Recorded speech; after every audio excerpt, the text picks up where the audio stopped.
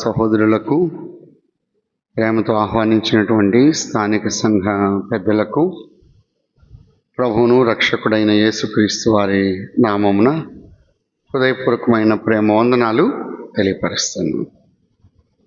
మంచిది, కొంత ఆలస్యమైంది, రైతు మన్నించండి.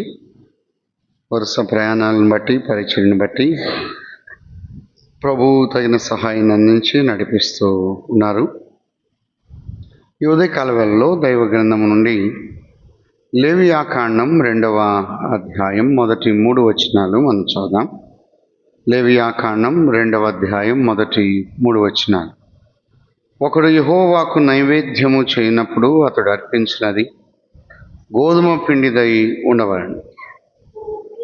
అతడు దాని మీద నూనె పోసి సాంబ్రాణి వేసి యాజకులకు అహరోను కుమారుల యొద్దకు దాన్ని తేవలెను.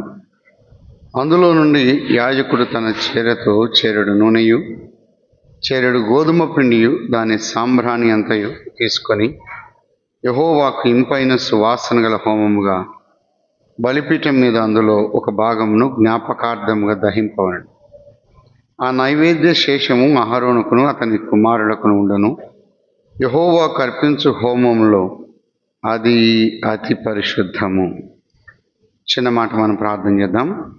స్తోత్రార్హుడైన మా ప్రియ ప్రభువా, ప్రేమగల తండ్రి, కరుణా సంపన్నుడా, మీ ఘనమైన శ్రేష్టమైన నామును బట్టి వందనములు స్తోత్రం చెల్లిస్తూ మీ స్తుతిస్తూ ఉన్నాం. మీరు ఇచ్చిన అమూల్యమైన రక్షణను బట్టి వందనాలు. ప్రేమించి మాకు ఇచ్చిన ఈ దినాన్ని బట్టి వందనాలు. హెబ్రోన్ అసెంబ్లీని బట్టి ఈ దినము రేపు జరిగే పరిచయలో మీ మెండైన సహాయం, మెండైన కృపను అనుగ్రహించమని ఎంతగానో ప్రార్థన చేస్తున్నాను. ఇంతవరకు మీ దాసుని నిలిపి మీ యందు భయము ఉండాలి, భక్తి ఉండాలని, ఈ రెండిటి వలన మేము పొందే మేళ్లను, ఈ లోక జీవితంలో ఎలాగా ఆత్మీయంగా కొనసాగలమో ఆ విషయాలు మీరు అందించిన విధానం బట్టి స్తోత్రం చెల్లిస్తున్నాను. సంఘ పెద్దలను దీవించండి. సహోదర సహోదరుల కొరకు ప్రార్థన చేస్తూ ఉన్నాం. ఈ దినమంతట్లో కూడా మీ సన్నిధి ప్రసన్నత తోడుగా ఉంచి నడిపించమని, ప్రతి విధమైన అల్లరి నుండి దూరపరిచి వినగలిగే వాతావరణాన్ని, వినబుద్ధిని పుట్టించమని వాక్యమైన యేసుక్రీస్తు ప్రభు నామమున స్తోత్రం చెల్లించి ప్రార్థించి అడిగి వేడుకుంటున్నాము తండ్రి, ఆమేన్. గత సంవత్సరం కూడా రావాల్సిందే, కానీ కొంత అన్న చెప్పినప్పుడు ఆ తారీఖులో ఖాళీ లేకపోవడాన్ని బట్టి రాలేకపోయాం. పోయిన నెలలో కూడా ఉండాలి. ప్రతిసారి అన్న సహిస్తూనే వచ్చారు. పోయిన నెలలో కూడా రాజమండ్రిలో మిషనరీ కాన్ఫరెన్స్ ఉండాలని బట్టి అడిగినప్పుడు దానికి కూడా సమ్మతించారు. ఈ నెలలో మీతో ఉండడానికి ప్రభు కృపను అనుగ్రహించారు. అందును బట్టి ప్రభువును స్తుతిస్తూ ఉన్నాం. మంచిది. లేవియాకాండం 2వ అధ్యాయములో మొదటి 3 వచనాలు మనం చదువుకొని ఉన్నాం. ఈ యొక్క సమయంలో లేవియాకాండంలో ఉన్నటువంటి నైవేద్య వివరాలు కొన్ని, అందులో మన ప్రభు అయినటువంటి యేసుక్రీస్తు వారు ఆయన ఏమై ఉన్నాడు అన్న సంగతిని మనము ధ్యానం చేద్దాం. వాస్తవానికి ఆది కాండం అనగానే అది ఉత్పత్తి పుస్తకము, ప్రారంభాల గ్రంథము అని అంటారు. ఆది కాండానికి దాదాపుగా 2500 సంవత్సరాల చరిత్ర ఉంది. మిగతా ఏ పుస్తకానికి కూడా అన్ని సంవత్సరాలు లేదు, కానీ ఆది కాండానికి ఉన్నది. తర్వాత నిర్గమాకాండం అనగా ఎగ్జిట్ అని, ఎగ్జోడస్ అని అంటారు. ఆది కాండంలో మానవుని యొక్క పతనం కనబడుతుంది. మానవుడు ఎలా దెబ్బతిన్నాడు అన్నిటికీ ప్రారంభం ఆది కాండం. అదే సమయంలో మానవుని యొక్క పతనం ఆది కాండంలో ఉన్నది. నిర్గమాకాండం అనగా నిర్గమము అనగా ఎగ్జిట్ అని, ఎగ్జోడస్ అని అంటారు. వారు ఐగుప్తు నుండి వారు వాగ్దత్త దేశానికి విమోచించబడ్డారు. అందుకే దాన్ని నిర్గమాకాండం అని అన్నారు. లేవియాకాండంలో ఆరాధన, అర్పణ, బలులు కనబడుతున్నాయి. లేవియాకాండంలో ఆరాధన, అర్పణ, బలులు కనబడుతున్నాయి. సంఖ్యాకాండంలో జనసంఖ్య 2 సార్లు లెక్కించబడింది. అది మొదటి అధ్యాయం 26వ అధ్యాయం. లెక్కలు, సంఖ్యలు ఉన్నాయి. అంకె సంఖ్య అవుతుంది, అంకెలు లేకుండా సంఖ్యలు కావు. అలాగేనట్లయితే సంఖ్యాకాండంలో ఈ 2 ముఖ్యంగా మొదటి అధ్యాయం 26వ అధ్యాయంలో మనం గమనించినట్లయితే జనసంఖ్య లెక్కించబడింది. ద్వితీయోపదేశ కాండం అనగా ద్వితీయ ఉపదేశం అంటే 2వ ఉపదేశం. అనేక మంది రాలిపోగా వచ్చినటువంటి వారికి మరొక వర్తమానం జరిగిన విషయాలన్నీ తెలియపరచడానికి మోషే ద్వారా అందించబడింది. దాన్ని ద్వితీయ ఉపదేశం అని అంటారు. అలాగైనట్లయితే ఈ 5 కాండాల్లో లేవియా కాండం అనేది ఒక ఆరాధన అర్పణ బలులు మనకు కనబడుతున్నాయి. అందులో మన ప్రభు అయినటువంటి యేసు క్రీస్తు వారు కనబడుతూ ఉన్నారు.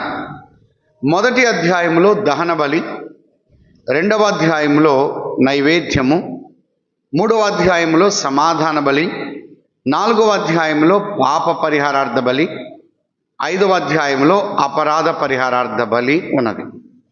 మొదటి అధ్యాయం దహన బలి, 2వ అధ్యాయం నైవేద్యము, 3వ అధ్యాయం సమాధాన బలి, 4వ అధ్యాయం పాప పరిహారార్థ బలి, 5వ అధ్యాయం అపరాధ పరిహారార్థ బలి. 3 యెహోవాకు ఇంపైన సువాసన కలిగినవి. 3 మొదటి అధ్యాయం 9వ వచనం. మొదటి అధ్యాయం 9వ వచనం. దాని ఆంత్రములను కాళ్లను నీళ్లతో కడగవలను, అది యెహోవాకు ఇంపైన సువాసన గల దహనబలి. కనుక యవనస్తులు రాసుకునేటప్పుడు ఎవరైనా రాసుకునేటప్పుడు ఈ 3 అర్పణలు లేదా బలులు యెహోవాకు ఇంపైన సువాసన కలిగి. ఎందుకు ఇంపో, అవి ఎందుకు ఇంపు కావో మనము ఆలోచన చేస్తాం. మొదటి అధ్యాయం 9వ వచనంలో దహన బలి యెహోవాకు ఇంపైనది.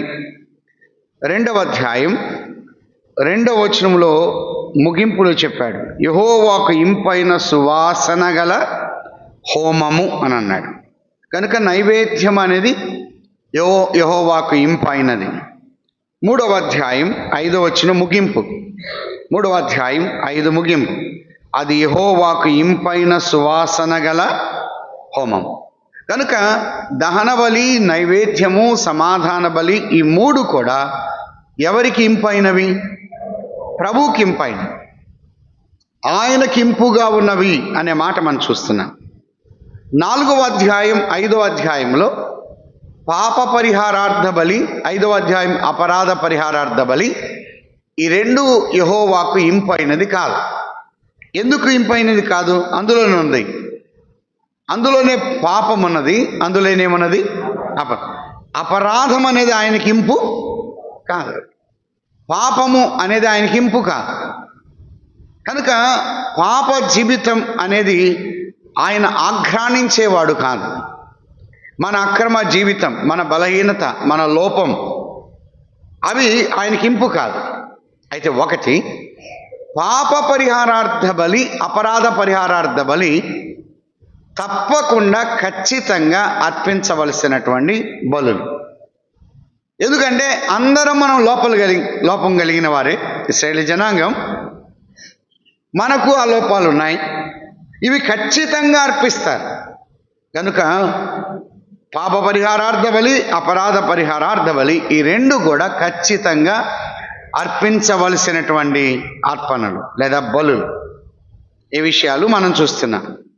అయితే ఒకసారి అవుట్లైన్గా ఇందులో క్రొత్త నిబంధనలో మన ప్రభు యొక్క పోలికగా కొన్ని విషయాలు ఉన్నాయి, వాటిని ఆలోచన చేస్తాం. అందులో కీర్తనలు కూడా ఊరక మనము ఆలోచన చేస్తాం. దహన బలి అనేది, దహన బలి యోహాను సువార్తలో మన ప్రభు అయినటువంటి యేసు క్రీస్తు వారికి పోలికగా ఉన్నది. దహన బలి యోహాను సువార్తలో మన ప్రభు అయిన యేసు క్రీస్తు వారికి పోలికగా ఉన్నది. ఇది 40వ కీర్తన సూచన. ఇది 40వ కీర్తనలో మన ప్రభువు కూడా అందులో కనబడతాడు. కనుక దహన బలి యోహాను సువార్తలో మన ప్రభువుకు పోలికగా ఉన్నాడు. 40వ కీర్తనకు సూచనగా ఉంది. ఈ ఉపోద్ఘాతం కొంత కష్టంగా ఉంటుంది. ఒకవేళ మీకు నిద్ర వస్తే నిద్రపోండి, తప్పులేదు. నిద్ర ఆరోగ్యానికి మంచిది కాబట్టి దాన్ని వినియోగించుకోవడం మంచిదే. ఎప్పుడో కదా మనం నిద్రపోయేది, దాంట్లో తప్పేం లేదు. అందువల్ల ఒక బ్రదర్ అన్నాడు, ఉపోద్ఘాతమే బంగాళాఖాతం అంత పెద్దది అన్నాడు. అంతవరకు కాకుండా కొద్ది నిమిషాలు చెప్పి పాఠంలోకి వెళ్తాం. ఎప్పుడైనా సరే పాత నిబంధన చెప్తున్నప్పుడు కొద్దిగా డల్గా అనిపిస్తుంది, కానీ దాంట్లో క్రీస్తు ప్రభువుని గురించి కానీ ఎరిగినప్పుడైతే అందులో ఆ రమ్యత, మాధుర్యత ఉండదు. అందులో ప్రభువును తీసుకున్నాడు. నేను చిన్నప్పుడు ఎక్కువగా రాజారావు అంకుల్ గారు బలుడు గురించి చెప్తూ ఉన్నారు. తర్వాత నాగ్పూర్ విల్సన్ అంకుల్ గారు బలుడు గురించి మాట్లాడుతూ వచ్చారు. అప్పుడు చాలా కాలం అంటే వాళ్ళు విన్నాను అంతే. తర్వాత కరోనా టైంలో లోకల్ అసెంబ్లీలో మొబైల్ కాన్ఫరెన్స్లో, జూమ్ కాదు మామూలుగా మొబైల్ కాన్ఫరెన్స్లో దాదాపుగా ఈ 5 రకాలైన అర్పణల మీద 89 వర్తమానాలు అందించాం. అవి నాకు చాలా మేలుకరమైనవి. అంటే అందులో క్రీస్తు ప్రభు కనపడ్డాడు. ఎప్పుడైనా సరే క్రీస్తు ప్రభువుని గురించి కానీ మనం చదివినట్లయితే, ధ్యానం చేస్తే అందులో ఉన్నంత ఇంకా రమ్యత మరొకట్లో లేదు. ఇంకా మనము ఆయన స్వరూప్యము మనలోకి వచ్చినట్లయితే ఇంకా ఆటోమేటిక్గా కూడా మనలో ఇంకే రకమైనటువంటి ద్వేషభావం అనేది ఉండదు. అలాగైనట్లయితే ఈ దహన బలి అనేది యోహాను సువార్తలో మన ప్రభువును పోలికగా ఉన్నది, 40వ కీర్తన. నైవేద్యము అనేది లూకాసు వార్తలో పోలికగా ఉంది. లూకాసు వార్తలో నైవేద్యము మనం గమనించగలుగుతున్నాం. అది 16వ కీర్తనకు పోలికగా ఉన్నది. 16వ కీర్తన 3వది సమాధాన బలి. సమాధాన బలి కూడా లూకాసు వార్తల్లో పోలికగా మనం చూస్తూ ఉన్నాం. అందులో 110వ కీర్తన సమాధాన బలి, 110వ కీర్తన. ఆ తర్వాత పాప పరిహారార్థ బలి మార్కు సువార్తలో మన ప్రభు అయినటువంటి యేసు క్రీస్తు వారికి సూచనగా ఉన్నది. అలాగైతే పాప పరిహారార్థ బలి మార్కు సువార్తలో మన ప్రభువును సూచిస్తూ ఉన్నది. అది 22వ కీర్తన, మెస్సియానిక్ శామ్స్ అంటారు. 22వ కీర్తనలో పోలికగా మనం చూస్తున్నాం. 5వది అపరాధ పరిహారార్థ బలి. అపరాధ పరిహారార్థ బలి ఇక మిగిలింది ఏంది? మత్తయి సువార్త. మత్తయి సువార్తలో పోలికగా ఉన్నది. అది 69వ కీర్తనను సూచిస్తూ ఉన్నది. అది 69వ కీర్తన. యవనస్తులు రాసుకునేటప్పుడు ఇలాగ దహన బలి, అది యోహాను సువార్త. ఆ తర్వాత 40వ కీర్తన నైవేద్యము. మనం వచ్చినా రాకపోయినా ఏదో ఒకటి రాసుకుంటూ ఉండాలి. రాసుకుంటే ఏంటంటే 2 కారణాలు ఉన్నాయి. ఒకటి గుర్తుపెట్టుకుంటాం, రెండోది నిద్ర రాదు. అందువల్ల ఎప్పుడూ నోట్స్ రాస్తూ ఉండాలి. మనదేంటి, మన శరీరం అంత బలహీనమైంది. అందువల్ల యవనస్తులు ముఖ్యంగా నోట్సులు రాసుకోవడం. మా నాన్న 78 నుంచి నోట్సులు రాసుకునేవాడు. ఆ నోట్సులు ఇప్పటికీ ఉన్నాయి. అవి ఎప్పుడైనా చదువుకుంటుంటే ఆయన పాయింట్స్ వైజ్గా మెసేజ్ చెప్పేవాడు. అందులో బట్టి నేను కూడా నాకు అట్లా అలవాటు అయిపోయింది. దాదాపుగా ఇప్పుడు ఆదికాండం నుంచి యూదాపత్రిక వరకు ఇప్పుడు దాదాపుగా 30-35 నోట్సులు రాసుకున్నా. అవన్నీ ఉన్నాయి. అందువల్ల రాసుకుంటూ ఉండడం అది చాలా మేలుకరం. తర్వాత నైవేద్యము అని రాసుకొని దానికి ఎదురుగా లూకాసు వార్త 16వ కీర్తన సమాధాన బలి అని రాసుకొని దానికి ఎదురుగా లూకాసు వార్త 110వ కీర్తన. ఆ తర్వాత పాప పరిహారార్థ బలి, అది మార్కు సువార్త 22వ కీర్తన. ఆ తర్వాత అపరాధ పరిహారార్థ బలి మత్తయి సువార్త 69వ కీర్తన. మంచిది. 2వ అధ్యాయంలో మనము వాటిని చూద్దాం. మొదటి అధ్యాయానికి 2వ అధ్యాయానికి తేడా ఏంటంటే, మొదటి అధ్యాయంలో దహన బలి అనేది, దహన బలిలో ఏది కూడా యాజకునికి చెందదు, అంతా ఎవరికి చెందుతుంది? దేవునికి చెందుతుంది. కానీ 2వ అధ్యాయానికి వచ్చే సమయానికి 10వ వచనం 2:10 ఆ నైవేద్య శేషము అహరోనుకును అతని కుమారులకును చెందును. ఈ మాట గమనిద్దాం. నైవేద్య శేషము అంటే శ్రేష్ఠ భాగములు ప్రభువి, శేష భాగములు యాజకుని. శ్రేష్ఠ భాగములు ఎవరివి? ప్రభువి. శేష భాగములు ఎవరివి? యాజకుని. అయితే కొంతమంది శ్రేష్ఠ భాగములు తీసుకున్నారు. సమూయేలు మొదటి గ్రంథం వాటి విషయమై ఒక మాట. సమూయేలు మొదటి గ్రంథం 2వ అధ్యాయం 29వ వచనం. సమూయేలు మొదటి గ్రంథం 2:29. నా నివాస స్థలమునకు నేను నిర్ణయించిన బలి నైవేద్యములను మీరేలా తృణీకరించుచున్నారు? మిమ్మును క్రొవ్వబెట్టుకొనుటకై నా జనులకు ఇశ్రాయేలు చేయు నైవేద్యములలో శ్రేష్ఠ భాగములను పట్టుకొనుచు. ఏలి కుమారుడు హోప్ని ఫినెహాసులు ఏం చేస్తారంటే శ్రేష్ఠ భాగములు వారు తీసుకుంటున్నారు, శేష భాగములు ఎవరికి ఇస్తున్నారు? ప్రభుకి ఇస్తున్నారు. ఇదంత విచారకరమైన సంగతి. శ్రేష్టమైనవి పట్టుకుంటున్నారు. వాస్తవానికి మాంసం ఉడుకుతూ ఉండగా వారు ఆ తర్వాత అక్కడికి వెళ్ళి అక్కడ మామూలుగా తపాల్లో ఉన్నప్పుడు గోనెలో కానీ కొండలో కానీ అది గుచ్చినప్పుడు ఆ కొంకి చేత ఎంత వస్తే అంత తీసుకోవాలి. అలా కాకుండా పచ్చి మాంసం కావాలని కొడుతున్నాడు. అయ్యా అలా ఇవ్వకూడదయ్యా అనంటే కుదరదు అని బలవంతాన పనోళ్ళు వచ్చి ఏం చేశారు? లాక్కొని పోతున్నారు. అంటే శ్రేష్ఠ భాగములు ఎవరు తీసుకున్నారు? హోప్ని ఫినెహాసులు తీసుకున్నారు. శేష భాగములు ఎవరికి ఇస్తున్నారు? సోదరుడ సోదరి, ఈ ఉదయకాలంలో కొన్నిసార్లు శ్రేష్టమైనవి అవి ప్రభువుకు చెందాలి, కానీ శ్రేష్టమైనవి ఎవరు దొంగిలిస్తున్నాం? మనము దొంగిలిస్తున్నాం. శ్రేష్టమైనవి అంటే ఆత్మీయ జీవితంలో, భక్తి జీవితంలో, విశ్వాస జీవితంలో, యథార్థ జీవితంలో, నమ్మకత్వంలో శ్రేష్టమైనవి యవ్వన కాలం అది శ్రేష్టమైంది, అది ప్రభువుకు చెందాలి. మన సమయం ప్రాముఖ్యమైనది, ఉదయకాల వేళ శ్రేష్టమైంది, అది ప్రభువుకు చెందాలి. ధ్యానించే వాక్య సమయం, ఆరాధన సమయం శ్రేష్టమైంది, అది ఎవరికి చెందాలి? అది ప్రభువుకు చెందాలి.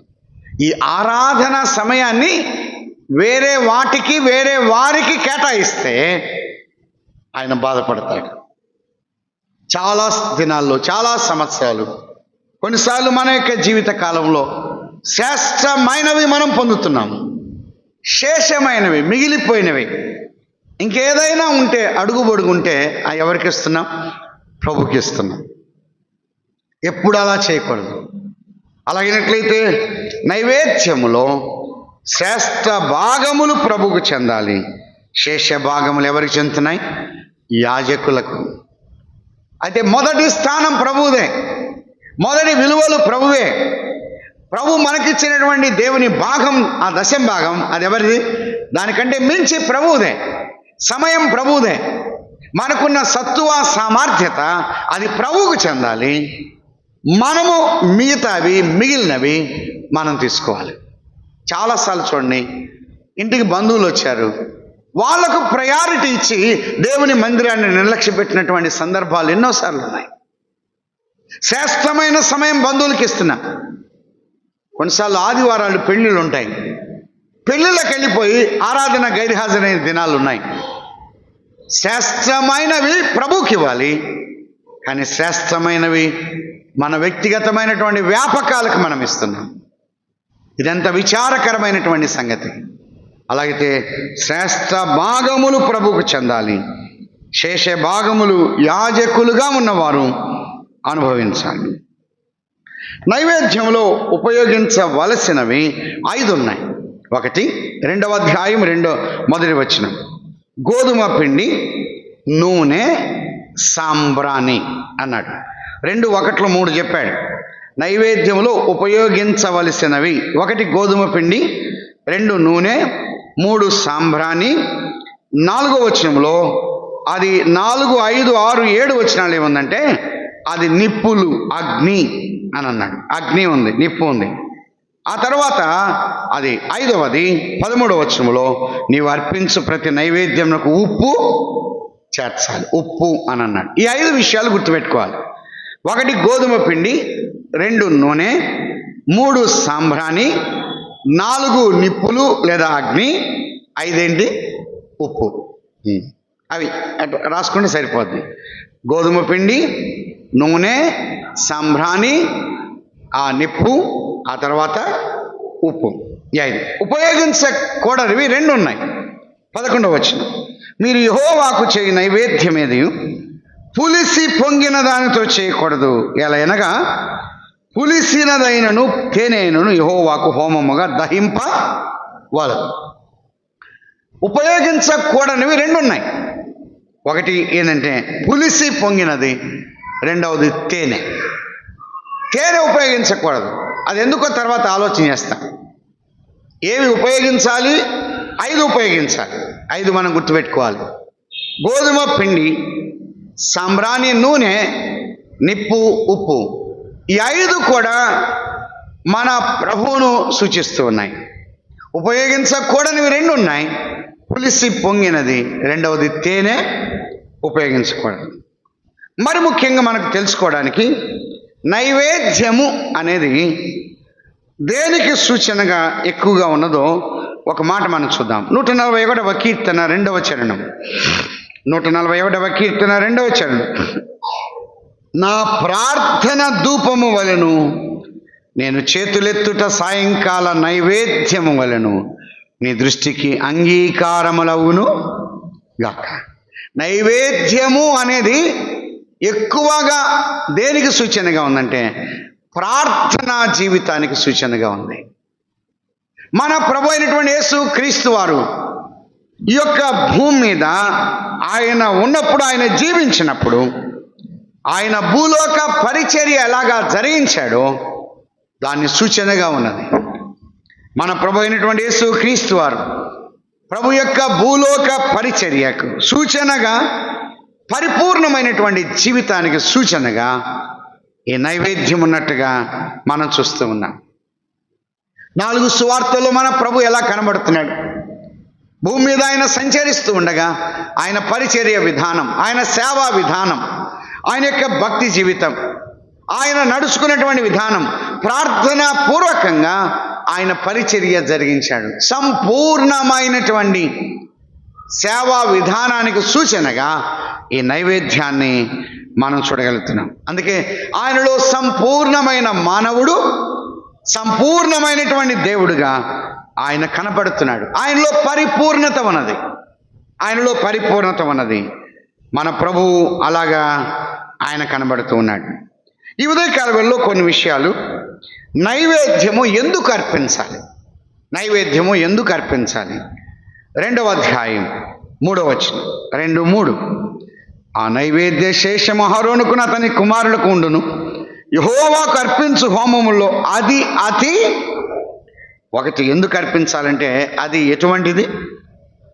అతి పరిశుద్ధము అని అన్నాడు. మామూలు పరిశుద్ధం కాదు, అతి పరిశుద్ధము గనుక అది ఎవరికి అతి పరిశుద్ధము? అది అక్కడేమన్నాడు, ఎవరికి అతి పరిశుద్ధము? యెహోవా. నీకు నాకు కాదు. మనకే కొద్దిగా ప్రాముఖ్యమైతే ఇంకా దేవునికి మరి ప్రాముఖ్యమైతే దాన్ని ఖచ్చితంగా కంపల్సరిగా అర్పించాలి. అది యెహోవాకు అతి పరిశుద్ధం. ఎందుకు అర్పించాలంటే అది అతి పరిశుద్ధం. అందుకే లేవియాకాండం అంతా దాదాపుగా 100 సార్లు పరిశుద్ధత, పరిశుద్ధుడు, పరిశుద్ధము అనే మాట ఉంది. 100 టైమ్స్ ఉంది లేవియాకాండం. పరిశుద్ధత అనే మాట, పవిత్రత అనే మాట 100 సార్లు మనం గమనిస్తాం. అయితే ఒకటి, అది అతి పరిశుద్ధమైనది. ప్రార్థనా జీవితం ఎటువంటిదంటే అది పవిత్రమైనది, అది పరిశుద్ధమైనది. ప్రార్థన ద్వారా మనము పవిత్రత చేయబడతాం. ప్రార్థన ద్వారా ఎప్పటికప్పుడు ప్రభు యొక్క నమ్ముకున్న విశ్వాసి పవిత్ర జీవితం కలిగి ఉంటాడు. ప్రభువుతో సహసంబంధం కలిగినటువంటి విశ్వాసి ప్రార్థన ద్వారా తాను ప్యూరిఫై అవుతాడు, తను పవిత్రత కలిగి ఉంటాడు. కనుక నన్ను నేనుగా శుద్ధి చేయబడాలి అంటే వాక్యము శుద్ధి చేస్తుంది. అదే సమయంలో ప్రార్థనా జీవితం, దేవా నన్ను కనికరించు. శుంకరి అన్నాడు, ఆకాశం వైపు కనులెత్తుడికైన ధైర్యం చాలక, దేవా పాపినైన నన్ను కరుణ, నేను పాపిని అని ప్రార్థన చేస్తూ వచ్చాడు. అలాగైతే అది అతి పరిశుద్ధం. రెండవది, అది ఎందుకు అర్పించాలి అంటే 2:2 2:2 ముగింపులు అన్నాడు, యెహోవాకు ఇంపైన సువాసన. నీకు నాకు ఇంపుగా ఉన్నా లేకపోయినా ఎవరికి ఇంపైంది? ప్రభుకి ఇంపైంది. కొన్నిసార్లు కొంతమంది ప్రార్థన చేస్తే కొంతమంది విసుక్కుంటారు, కొంతమంది సనుక్కుంటారు, ఇంతసేపు అని అంటారు. కొన్నిసార్లు విజ్ఞాపనలు కానీ ఎవరైనా ప్రార్థన చేస్తూ ఉంటే ఇంకా మొదలుపెట్టాడయ్యా వదలడు అని అనుకుంటారు. అందుకే అది వాళ్ళకి ఇంపు కాదు, అది ఎవరికి ఇంపు? ప్రభుకి ఇంపైంది. సమయాన్ని బట్టి సందర్భాన్ని బట్టి చేసే ప్రార్థన అది వేరు. కానీ బస్సు కోసం ప్రార్థన చేయాలి, గంట సేపు చేయకూడదు విజ్ఞాపన, బస్సు పోద్ది. మా నాన్నమ్మ మత్తే మరియమ్మ గారు ఇంకోలో బస్సు షటిల్ సర్వీస్ తిరిగేది. ఎప్పటి నుండి నాన్నమ్మ పూర్మావిళ్ళు వెళ్ళేవాళ్ళం, అమ్మ ప్రార్థన చేయండి అంటే మొదలుపెట్టి ఆమె అంటే ఏడి అనేవాడు. ఇంకెక్కడ ఉంటాడు? బస్సు వచ్చింది వెళ్ళిపోయాడు అంటే అని. అయ్యా దేవుడు పూర్మావిళ్ళలో సేవ చేస్తున్నాడు అయ్యా, కడప జిల్లాలో ఎంతో శ్రమపడి ఇవన్నీ మొత్తం ఎత్తుకుంటుంది. 6 మంది పిల్లలయ్యా, ఇంకెన్నడైంది. కాబట్టి అటువంటి ప్రార్థన అంటే అప్పుడు ప్రయాణం, అప్పుడు ఎగ్జామ్ అప్పుడు కొన్నిసార్లు పొరపాటున వాళ్ళకి ప్రార్థన ఇవ్వకూడదు. పిల్లలు ఎగ్జామ్ పోతున్న ప్రార్థన చేయండి అనుకో, ఇంక వాళ్ళ జ్ఞానం వివేచన దయచేయి, అక్కడ ఉంది ఇక్కడ ఉంది బైబిల్లో ఉన్నాయి మొత్తం ఎత్తి ఆడ వేయగానే పిల్లోడు ఎగ్జామ్ కూడా పోతాడు. అందులో బట్టి ఎప్పుడు కూడా మనం ప్రార్థన ఎప్పుడు ఎక్కడ ఎంతసేపు చేయాలి అది ఆ వివేకం ఉండాలి. ఒక సేవకుడు తెనాల దగ్గర ఉన్నప్పుడు ప్లాట్ఫామ్ మీద క్లుప్త ప్రార్థన చేయండి అంట. అయ్యా మీ దాసుడు అమెరికాలో, జపాన్లో, జర్మనీలో జరిగిన సేవా వివరణ అని ట్రైన్ వచ్చింది వెళ్ళిపోయాడు ఆయన. ఆమెనంటే లేడు, ఏడు బ్రదర్ అంటే మీరు జపాన్లో ఉన్నప్పుడు వెళ్ళిపోయాడండి అన్నాడు. జపాన్లో ఉండగానే వెళ్ళిపోయాడు. అందువల్ల కొన్నిసార్లు భోజనాల దగ్గర విజ్ఞాపనం చేయకూడదు, అలాంటి వాళ్ళకి ఇవ్వకూడదు ప్రార్థన. చూసి కనిపెట్టి నాయకులు ఎవరికి ఎంతసేపు చేయగలరో అది ఇవ్వాలి.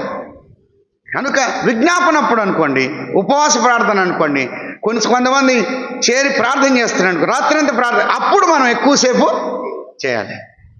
వ్యక్తిగతంగా ఉన్నాం ఇంటి దగ్గర ఖాళీగా ఉన్నాయి, అప్పుడు ఏం చేయాలి? ఎక్కువసేపు.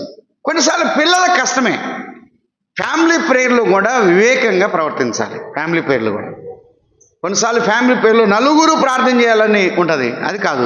డ్యూటీకి వెళ్ళే వాళ్ళు ఉంటారు, నైట్ టైం నిద్రపోవడానికి సిద్ధపడే వాళ్ళు ఉన్నారు, ఇవన్నీ గమనించాలి. అందుకే ఫ్యామిలీ ప్రేయర్లో చూడండి చేస్తూ ఉంటే కొన్నిసార్లు ప్రార్థన చేస్తే పిల్లలు నిద్రపోతారు వాళ్ళు, ఎందుకంటే ఆలోచన ఉండాలి. కానీ మనం ప్రభువుతో వ్యక్తిగతంగా గడిపేటప్పుడు, సంఘముగా ప్రత్యేకమైన ప్రార్థనా కూడిక ఏర్పాటు చేసినప్పుడు అప్పుడు ఖచ్చితంగా మనం ఎక్కువసేపు. కానీ ప్రార్థన అనేది ఆయనకి ఇంపైనది. ప్రార్థన అనేది ఆయనకి ఇంపైనది. యేసు క్రీస్తు ప్రభు వారు 4 సువార్తలు చేసినటువంటి ప్రార్థనా జీవితం తండ్రి అంగీకరించాడు, తండ్రికి ఇంపుగా ఆయన ప్రార్థించాడు. ఆ సువాసన అనేది అదెంత గొప్పదో మనం చూడగలుగుతున్నాం ప్రార్థన. అందుకే చెరసాలలో ఉండి పౌలు శీల ప్రార్థన చేశారు, పాటలు పాడారు, ప్రార్థన చేశారు. తలుపులు వేయబడ్డాయి, బంధకాలు ఉన్నాయి, అన్నీ ఉన్నాయి, కానీ వారి ప్రార్థనకు బంధకాలు లేవు. విశ్వాస జీవితంలో ప్రార్థనకు బంధకాలు ఉండవు. మనం ఎక్కడున్నా సరే ఇరుకునబడి ఉన్నా ప్రార్థనకు బంధకాలు ఉండవు. మా దగ్గర శ్రీలేఖ అనే ఒక అమ్మాయి ఉంది. వాళ్ళ అమ్మ నాన్న బాగా హింసించేవారు ప్రభువుని నమ్ముకున్నందుకు. తనొక్కతే ప్రభువుని నమ్ముకుంది. తను అనేది అంకుల్ బాత్రూంలోకి వెళ్ళి ప్రార్థన చేసేవాళ్ళమని. అంటే ప్రార్థన చేయడానికి పలానా ప్లేస్ అక్కర్లా, ఎక్కడైనా ప్రార్థన చేయొచ్చు. అంటే ఒక విశ్వాసిగా వంట చేస్తూ పరిచర్య జరిగిస్తూ ఆ ప్రార్థన పూర్వకంగా ఆ ధ్యాస, ఆ ధ్యానం నీకు నాకు ఉండాలి. అలాగెట్లయితే కొంతమంది వాకింగ్ చేస్తూ ప్రార్థన చేస్తారు, అది కూడా ప్రాముఖ్యమైనది. అంటే కూర్చొని మోకాళ్ళ నుండి ప్రార్థన చేయడం. ఎక్కడైనా సరే ప్రార్థన, ప్రయాణంలో ఉన్నాం, ప్రార్థనా పూర్వకంగా మనం ఉండడం. అలా అయితే ప్రార్థన యెహోవాకు ఇంపైంది. ఆయన దాన్ని ఆజ్ఞానిస్తాడు, ఆయన దాన్ని స్వీకరిస్తాడు. ప్రకటన గ్రంథం ఒక వచనాన్ని మనం చూద్దాం. 8వ అధ్యాయం 3, 4, 5 వచనాలు. 3వ వచనం అండి. మరియు సువర్ణ ధూపార్తి చేతబట్టుకుని ఉన్న వేరొక దూత వచ్చి బలిపీఠం ఎదుట నిలవగా సింహాసనం ఎదుట సువర్ణ బలిపీఠం పైన పరిశుద్ధులందరి ప్రార్థనలతో కలుపుటకై ఇచ్చుటకై అతనికి బహుధూప ద్రవ్యములు ఇవ్వడం. ఇక్కడ ప్రార్థన అని చెప్తూ బహుధూప ద్రవ్యములు అని అన్నాడు. అప్పుడు ఆ ధూప ద్రవ్యముల పొగ పరిశుద్ధుల ప్రార్థనలతో కలిసి దూత చేతులుండి పైకి లేచి దేవుని సన్నిధికి చేరాను. నైవేద్యములో ఆ నిప్పుల మీద వేసేది ఆ సాంబ్రాన్ని ఇవన్నీ వేస్తే అది పైకి ఎగసిపోతుంది. ఆ ధూప ద్రవ్యముల పొగ అని అన్నాడు. పరిశుద్ధుల ప్రార్థనలతో ఎవ్వరు కూడా ఆపలేరు, ఎవ్వరు కూడా ఆటంకపరచలేరు, ఎవరు కూడా అభ్యంతరపరచలేరు. ప్రార్థన నేను మనసులో చేసే ప్రార్థన నా భార్య ఆపలేదు, నా పిల్లలు ఆపలేరు, నా కుటుంబస్తులు ఆపలేరు. ఆ ప్రార్థన ఆయనకి ఎటువంటిది? ఇంపైనది.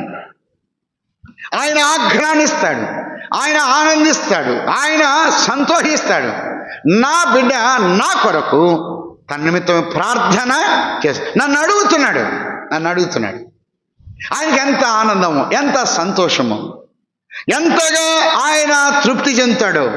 సోదరుడ సోదరి, మనం చేసే ప్రార్థన ప్రభువుకు ఇంపైనది కనుక ఒకటి ఎందుకు నైవేద్యం అర్పించాలంటే ఒకటి అది అతి పరిశుద్ధం. రెండవది ఎందుకు నైవేద్యం అర్పించాలంటే రెండవది అది యెహోవాకు ఇంపైనది. మూడవది ఎందుకు అర్పించాలి? సమూయేలు మొదటి గ్రంథం 26వ అధ్యాయం 19వ వచనం. 26:19 తీసిన చదువుతారా? సమూయేలు మొదటి గ్రంథం 26వ అధ్యాయం 19వ వచనం.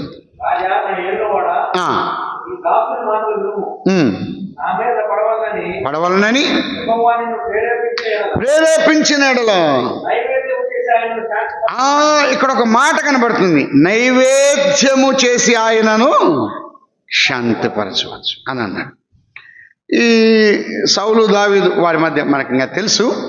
ఇక్కడ అన్నాడు నైవేద్యము చేసి ఆయనను శాంతిపరచవచ్చు. అంటే ప్రార్థన జీవితం అనేది ఆయనను మనం ప్రార్థన చేస్తే ఆయన ఏమవుతాడు? శాంతి పరచగలం. అంటే ఉగ్రత కానీ, తీవ్రత కానీ, దండన కానీ, ఏదైనా శిక్ష కానీ వచ్చినప్పుడు దేని ద్వారా మనం ఆపగలమంటే ఒక్క ప్రార్థన. ఎక్కడైనా చూడండి, భక్తులు ఫర్ ఎగ్జాంపుల్ తినక్కర్లేదు, మారాకు వచ్చారు ఇశ్రాయేలు జనాంగం. మారా నీళ్ళు ఎటువంటివి? చేదైన. వాళ్ళు అన్నారు సనిగి గొనిగి ఈ నీళ్లు చేదుగా ఉన్నా మేము తాగలేము అని సనిగారు. సనిగి గొనిగినప్పుడు అక్కడ ఒక మాట ఉంది, మోషే యెహోవాకు మొర పెట్టాడు. ప్రజలు మోషే వైపు తిరిగితే మోషే ఎవరి వైపు తిరిగాడు? దేవుని. ఇంకా ఆ సందర్భంలో కూడా దేవుడు గొప్పగా ఆ ప్రార్థన విని తగిన రీతిగా జవాబిచ్చాడు. మరొకటి, ఇశ్రాయేలు మోయాబు రాండ్లతో పాపం చేసినప్పుడు ఫినెహాసు లేచి ఆ కార్యాన్ని జరిగించినప్పుడు ఫినెహాసు దేవుని యొక్క కోపాన్ని మళ్లించాడు. కోపాన్ని మళ్లించిన వాడు. దావీదు జీవితంలో కూడా మరొక విషయం, జనసంఖ్య లెక్కించినప్పుడు ఆ సందర్భంలో యోవాబు అన్నాడు ఎందుకయ్యా లెక్కించడం అని అన్నాడు. దావీదు ఏంటంటే నా బలం ఎంతమంది ఉన్నారు అని అనుకున్నాడు, కానీ వద్దన్నాడు. యోవాబు వద్దన్నా కూడా మొండికేసి లెక్కింది. ఆ రోజున తీవ్రమైనటువంటి దండన, నాశనం జరుగుతుండగా అయ్యా గొర్రెల వంటి వారేం చేశారు, వీరేం చేశారు, నేను చేశాను అని ప్రభు సన్నిధానంలో మొరపెట్టాడు. ఆయన ఆ ఉగ్రత, తీవ్రతను ఏం చేశాడు? తప్పించాడు. ఇంకో విషయం, అబ్రహాము సొదొమ గొమొర్రాల వైపు చూస్తూ ప్రార్థన చేశాడు యెహోవా సన్నిధానంలో. లోతు సంబంధించిన వారిని తప్పించడానికి దేవుడు అబ్రహామును చూశాడు. అబ్రహాము యొక్క మొర విన్నాడు.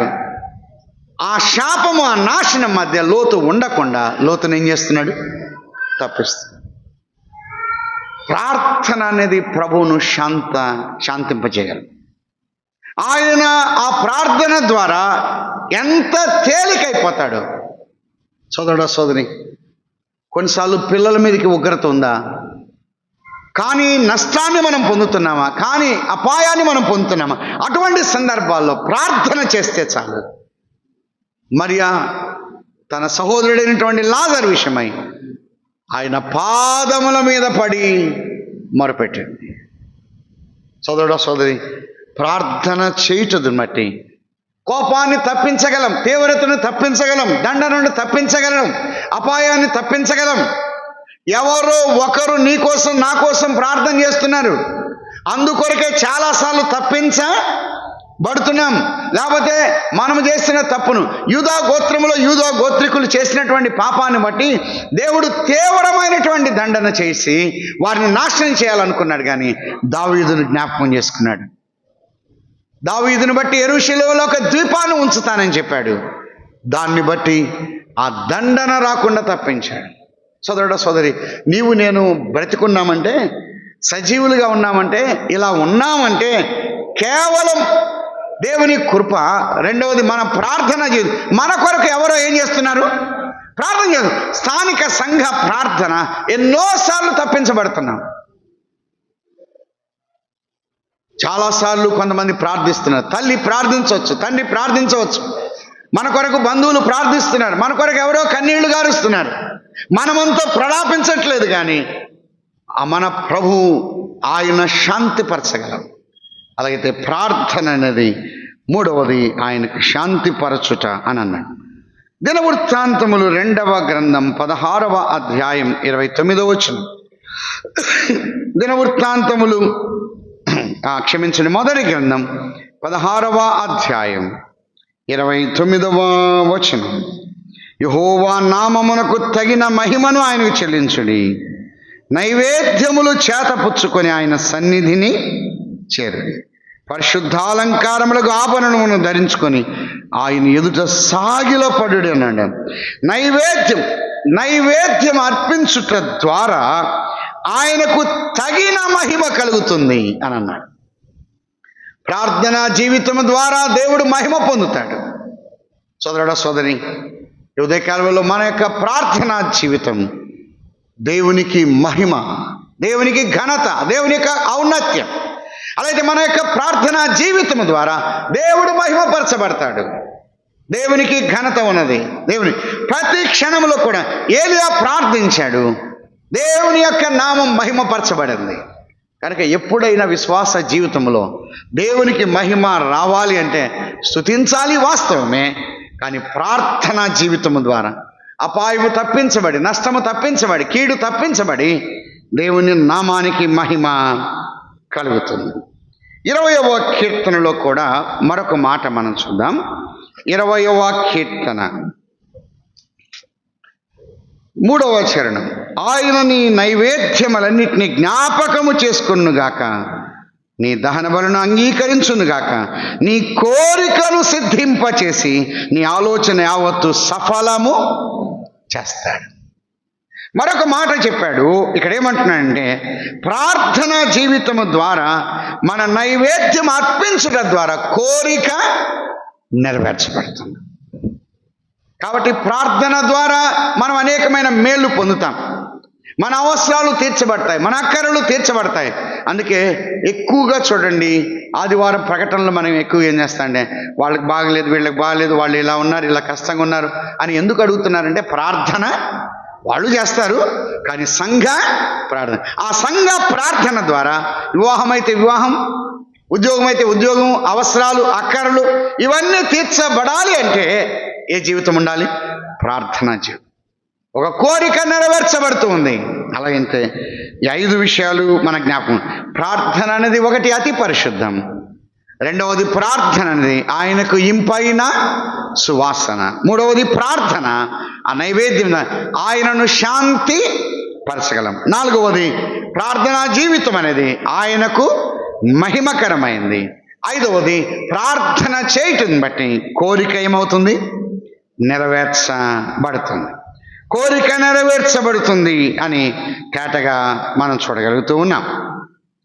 నైవేద్యము అనేది ఎప్పుడు అర్పించాలి? ఉదాహరణకు ఒక మాట చూద్దాం. యెహెజ్కేలు గ్రంథం 46వ అధ్యాయం యెహెజ్కేలు గ్రంథం 46వ అధ్యాయం 13, 14, 15 వచనాలు.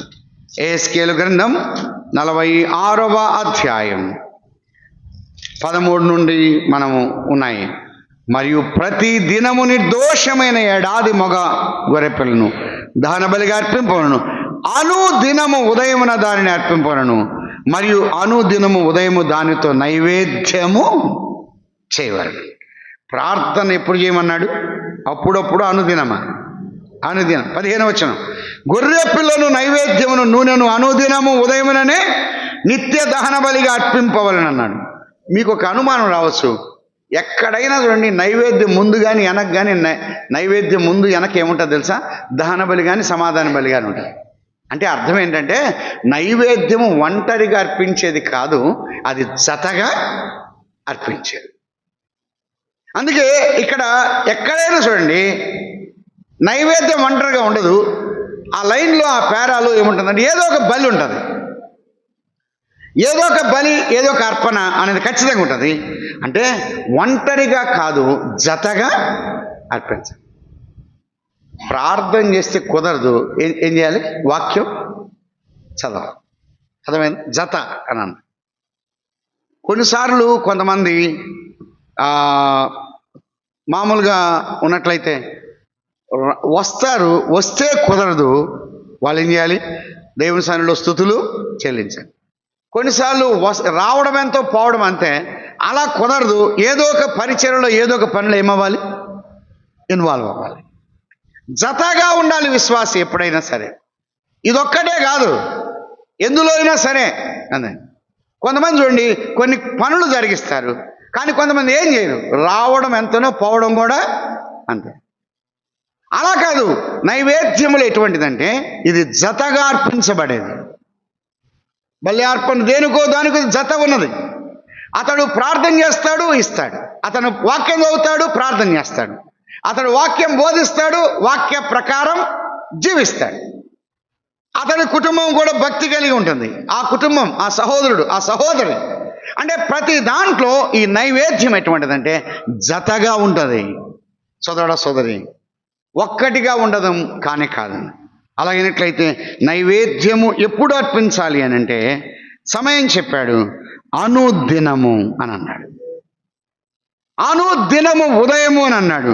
కానీ ప్రార్థనా జీవితం అనుదినం, ప్రతి నిత్యము విశ్వాసి ప్రార్థనా జీవితం కలిగి ఉండాలి. అప్పుడప్పుడు కాదు ప్రార్థన. కొన్నిసార్లు మన అవసరాలు, మన అక్కరలను బట్టి కొంతమంది ప్రార్థన చేస్తారు. అలా కాదు, అనుదినము ప్రతి నిత్యము విశ్వాసి ప్రార్థించాలి. ప్రతి ఉదయం లేవగానే, కొన్నిసార్లు సమయం దొరుకుతుంది, మధ్యలో ప్రార్థన చేసుకోవచ్చు, సాయంకాలం ప్రార్థన చేసుకోవచ్చు. కానీ అప్పుడప్పుడు ప్రార్థన చేయడం కాదు. మన ప్రభు ఎలా చేశాడు? ఆయన ప్రార్థనా జీవితం చెప్పాడు. మార్కు సువార్త 1వ అధ్యాయం 35వ వచనం. మార్కు సువార్త 1:35. ఆయన పెందలకడనే లేచి ఇంకను చాలా చీకటిగా ఉండగానే బయలుదేరి అరణ్య ప్రదేశమునకు వెళ్ళి అక్కడ ప్రార్థన చేయుచున్నాడు. ప్రార్థన ఎక్కడైనా చేస్తున్నాడు. అరణ్య ప్రదేశమునకు వెళ్ళాడు, అక్కడ ప్రార్థన చేస్తున్నాడు. అనుదినము 22వ అధ్యాయం లూకా సువార్త, మన ప్రభు యొక్క ప్రార్థనా జీవితం 21:37 ముందు చదువుదాం. లూకా సువార్త 21వ అధ్యాయం 37వ వచనం. ఆయన ప్రతి దినము, ఆ మాట చూడండి, పగటి యందు దేవాలయంలో బోధించుచు రాత్రి వేళ ఒలివల కొండకు వెళ్ళుచు కాలము గడుపుతున్నాడు. యేసుక్రీస్తు ప్రభు ఆ కాలం ఎలా గడుపుతున్నాడు? ప్రతి దినము పగటి వేళ బోధిస్తున్నాడు, రాత్రి వేళ ఒలివల కొండకు వెళ్తున్నాడు. 22వ అధ్యాయం 39వ వచనం. తరువాత ఆయన బయలుదేరి తన వాడుక చొప్పున ఒలివల కొండకు వెళ్ళగా శిష్యులు ఆయన వెంట వెళ్ళిరి. ఆ చోటు చేరి ఆయన వారితో, మీరు శోధనలో ప్రవేశించకున్నట్లు ప్రార్థన చేయి.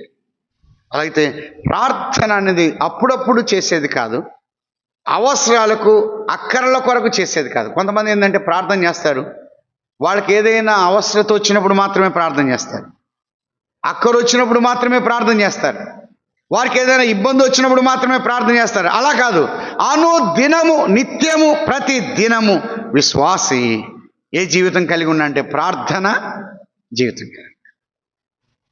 సోదరుడా సోదరి, అలాగైనట్లయితే ప్రార్థన అనుదినము చేసేది, అది ఉదయము సాయంత్రం కొంతమంది ఆయన జరిగిస్తూ వచ్చారు. అలా ప్రార్థన వారు చేశారు. మరొక మాట మనం గమనిద్దాం.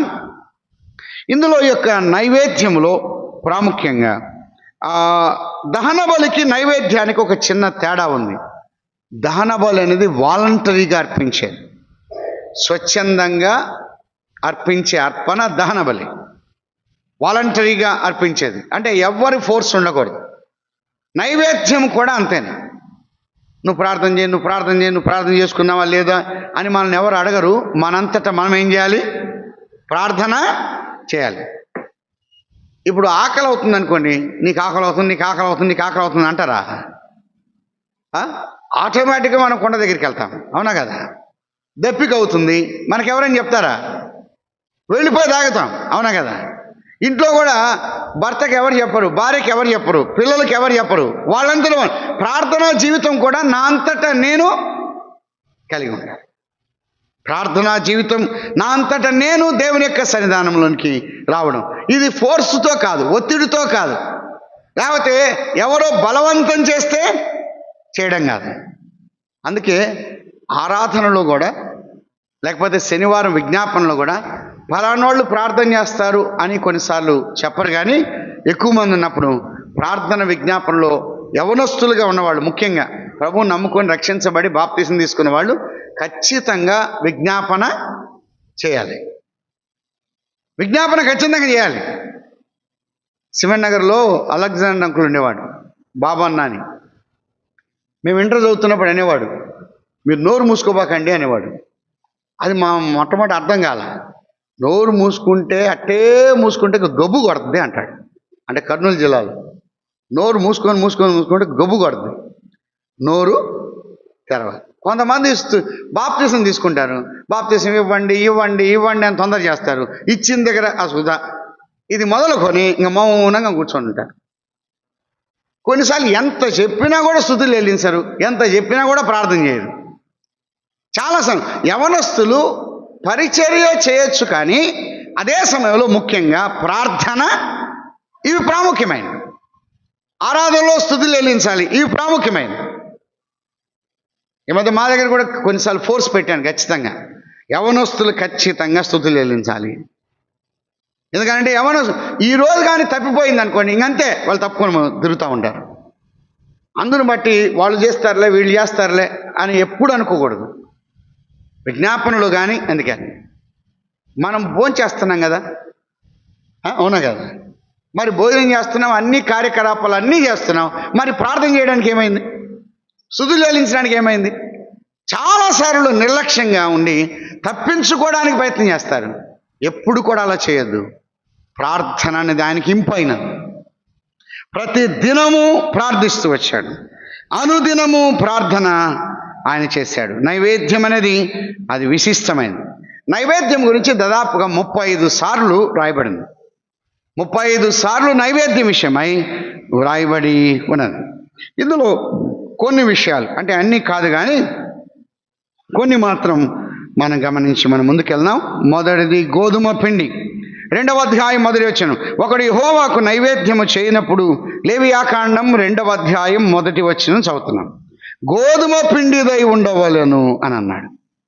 గోధుమ అన్నాడు, అది మామూలు గోధుమ కాదు. ఆ గోధుమ ఏం చేయబడింది? పిండి చేయబడింది.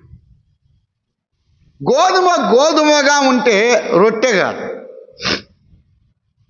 అందుకే మిగతావన్నీ కూడా రక్తం ఉన్నది, కానీ నైవేద్యంలో ఏమి లేదు, రక్తం లేదు. ఎందుకంటే దాని భావం ఏమనగా, యేసు క్రీస్తు ప్రభువారు ఈ లోకములో ఏ విధంగా జీవించాడో ఆయన సంపూర్ణమైన జీవితానికి నిదర్శనంగా ఉంది.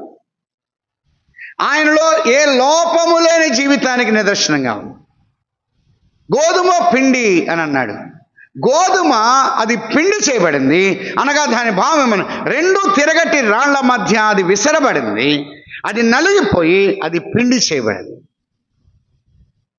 మన ప్రభు అయినటువంటి యేసు క్రీస్తు వారు నీ కొరకు నా కొరకు ఆయన గోధుమగా కాకుండా ఆయన పిండి చేయబడ్డాడు. గోధుమ రొట్టె కాదు, కానీ గోధుమ పిండి ఏమైంది? రొట్టె. ఆయన పిండి అని అన్నాడు. పిండి అనగా ఆయనలో గరుకుదనం లేదు, ఆయనలో కఠినత్వం లేదు, ఆయనలో లోపము లేదు, ఆయనలో బలహీనత లేదు. ఆయన పిండి చేయబడ్డాడు. పిండి అనగా ఏ రకమైనటువంటి గరుకు లేనివాడు, ఏ రకమైన పాపము లేనివాడు, ఏ రకమైన లోపము లేనివాడు, ఏ రకమైన బలహీనత లేనివాడు మన ప్రభు అయినటువంటి యేసు క్రీస్తు వారు నైవేద్యములో లోపము లేని ప్రభువుగా కనబడుతున్నాడు. ఆయనలో ఏ రకమైన పాపము లేదు. యోహాను సువార్త ఒక వచనాన్ని చదువుదాం. యోహాను సువార్త 18వ అధ్యాయం చదవండి, 23వ వచనం. యోహాను సువార్త 18:23 ఏమన్నారు?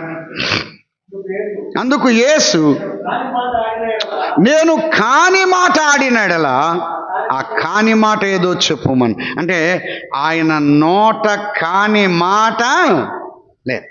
పేతురు రాసిన మొదటి పత్రిక 2వ అధ్యాయం 23వ వచనం.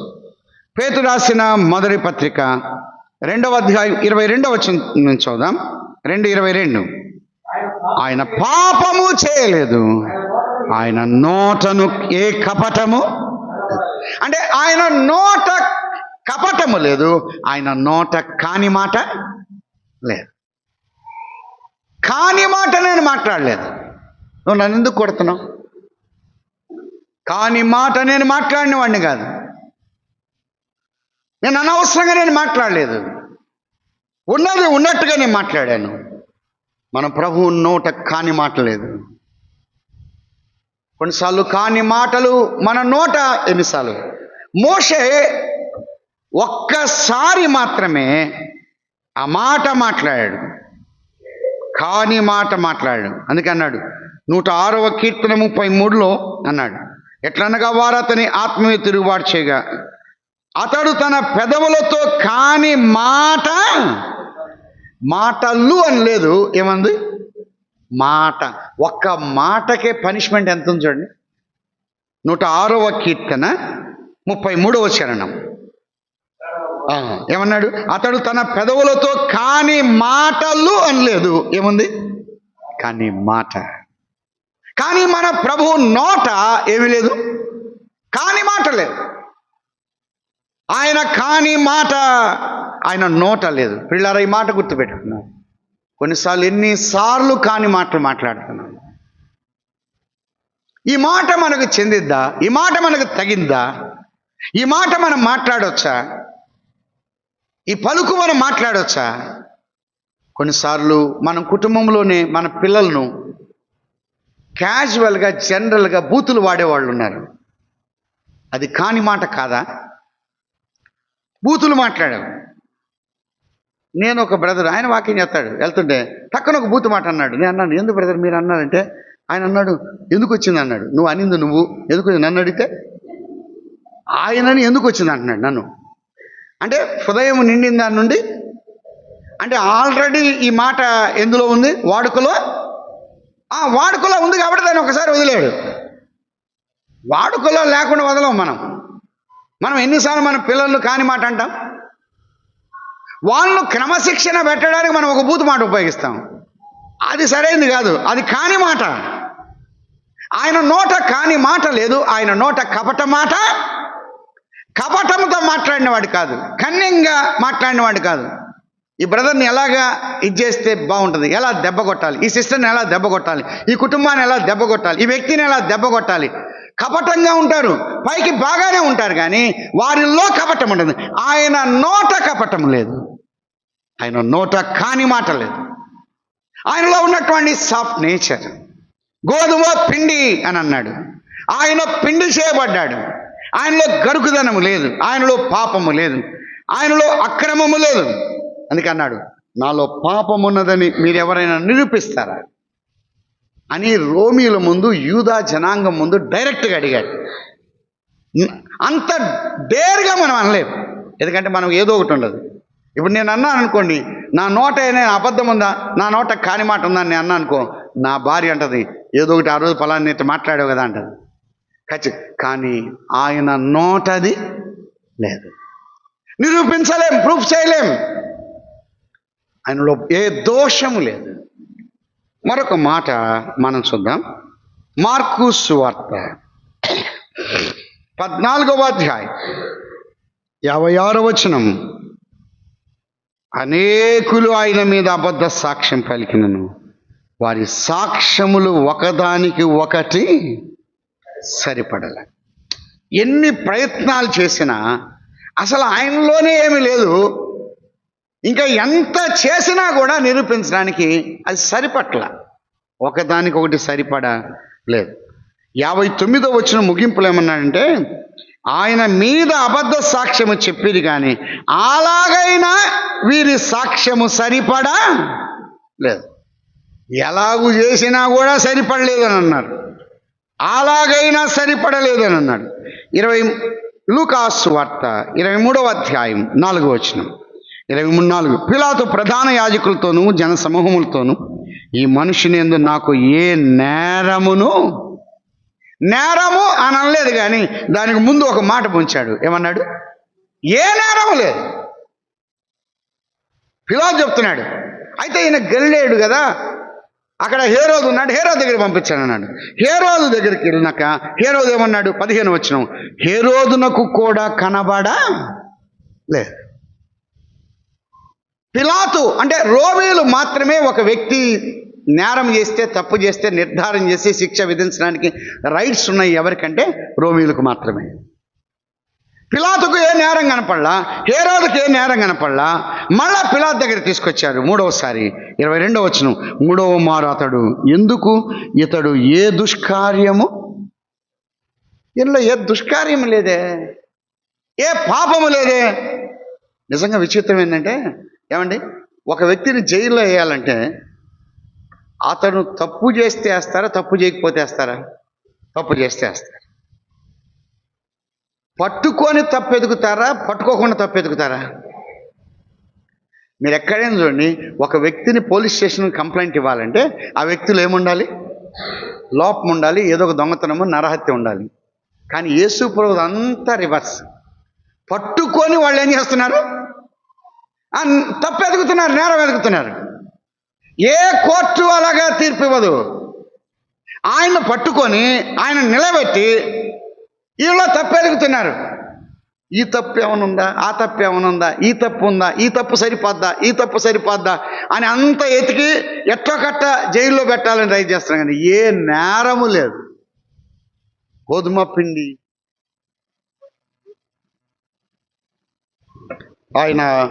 ఆయనలో ఏ నేరము లేదు, ఏ లోపము లేదు. ఆయనలో ఉన్నటువంటి సాఫ్ట్ నేచర్ మనం చూస్తున్నాం. ఆయనలో ఏ రకమైనటువంటి కఠినత్వము లేదు, ఏ రకమైన దుష్కార్యము లేదు, కపటము లేదు. ఒక మాట చెప్పి నేను ముగిస్తాను, మళ్ళా ఆలోచన చేద్దాం. 5వ కీర్తన 4వ వచనం. 5వ కీర్తన 4వ వచనం. నీవు దుష్టత్వమును చూచి ఆనందించు దేవుడవు కావు, చెడుతనమునకు నీ యొద్ద చోటు లేదు. చెడుతనమునకు నీ యొద్ద చోటు లేదు అని అన్నాడు. మన ప్రభు అయినటువంటి యేసు క్రీస్తు వారిలో చెడుతనమునకు చోటు లేదు. దినవృత్తాంతములు 2వ గ్రంథం 19:7. ఇదే మాట. దినవృత్తాంతము 2వ గ్రంథం 19:7. యెహోవా భయము మీ మీద ఉండునుగాక, హెచ్చరికగా ఉండి తీర్పు తీర్చిని మన దేవుడైన యెహోవా యందు దౌష్ట్యము లేదు. ఆయనలో పాపము లేదు, దౌష్ట్యము లేదు, చెడుతనమునకు చోటు లేదు, ఏ రకమైన లోపము లేదు. నిర్దోషి మన ప్రభు. గోధుమ పిండి, ఆయనలో ఏ రకమైన గరుకుదనం లేదు. నైవేద్యం మన ప్రభు నమ్ముకున్న మనలో ఏ రకమైన కఠినత్వము, గరుకుదనము అవి ఉండకూడదు. ఆయనలో దౌష్ట్యము లేదు, ఆయనలో చెడుతనమునకు చోటు లేదు, ఆయన నోట కాని మాట లేదు, ఆయన నోట కపట మాట లేదు. ప్రార్థన చేద్దాం. ప్రియ ప్రభువా, మీరు అందించిన మాటలు బట్టి స్తోత్రములు. మీ యందు భయము భక్తి కలిగి ఉండాలని, ప్రార్థనా జీవితం విశిష్టంగా కలిగి మీ కొరకు నమ్మకంగా జీవించాలని మీరు అందిస్తున్న పాఠాన్ని బట్టి స్తోత్రం చెల్లిస్తూ మా ప్రభువును ప్రియ రక్షకుడైన యేసు క్రీస్తు ప్రభు నామమున స్తోత్రం చెల్లించి ప్రార్థించి అడిగి వేడుకుంటున్నాము తండ్రి. ఆమె.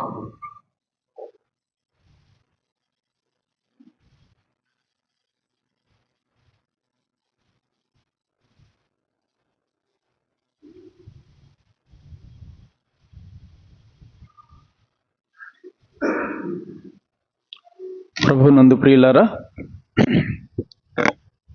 లేవియా కాండం 2వ అధ్యాయంలో నైవేద్యాన్ని గురించి మనం చక్కని తలంపులు విన్నాం. నైవేద్యము అనేది ప్రార్థనకు సూచనగా ఉన్నది, ప్రార్థనను తెలియచేస్తుంది. అలాగైతే ఈ ప్రార్థన మనకు ఎందుకు చేయాలి, నైవేద్యం ఎందుకు చేశారు, 5 విషయాలు మనం విన్నాం ఎందుకు చేశారో. అలాగైతే ప్రార్థన కూడా మనం ఎందుకు చేయాలి, అది అతి పరిశుద్ధమైనది, అది దేవునికి సువాసనకరమైనది, అది దేవునికి మహిమ తెచ్చేది అనే విషయాన్ని కూడా విన్నాం. ప్రార్థన చేస్తే దేవునికి మహిమ. ప్రార్థన మన కోరికలను సిద్ధింప చేస్తుంది.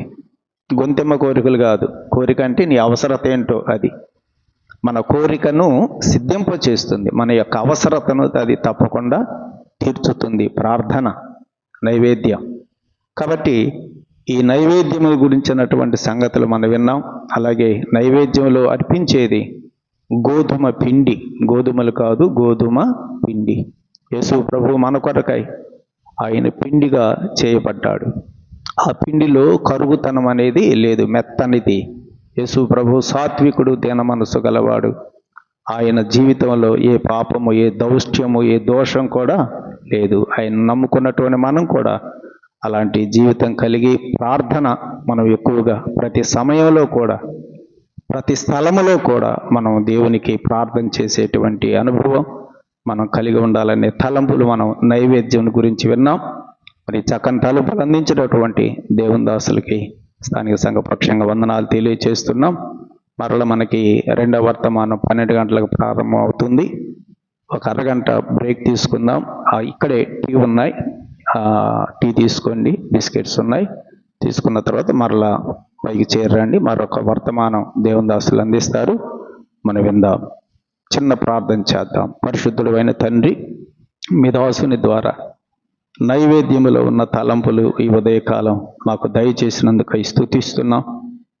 మా ప్రభువా, మీ పిల్లలమైనటువంటి మేము కూడా దినదినము ప్రతి సమయములో, ప్రతి స్థలములో నీకు మొరపెట్టుకునేటువంటి అనుభవం మాకు దయచేయమని ప్రార్థన చేస్తున్నాం. మా జీవితాలు కూడా ప్రభువా, మరి నీవలే మృదుత్వం కలిగి, సాత్వికం కలిగి, ఏ పాపము లేకుండా, ఏ దౌష్ట్యము లేకుండా, మెత్తని పిండి వలె అటువంటి జీవితం మేము కూడా కలిగి ఉండటానికి సహాయం చేయండి. తదుపరి వర్తమానంలో కూడా మీ దాసుని బలపరచమని యేసు ప్రభువు నామమున కృతజ్ఞతలు సమర్పించి వేడుకొనుచున్నాము తండ్రి. ఆమేన్. అందరికీ వందనాలు. టీ తీసుకుందాం.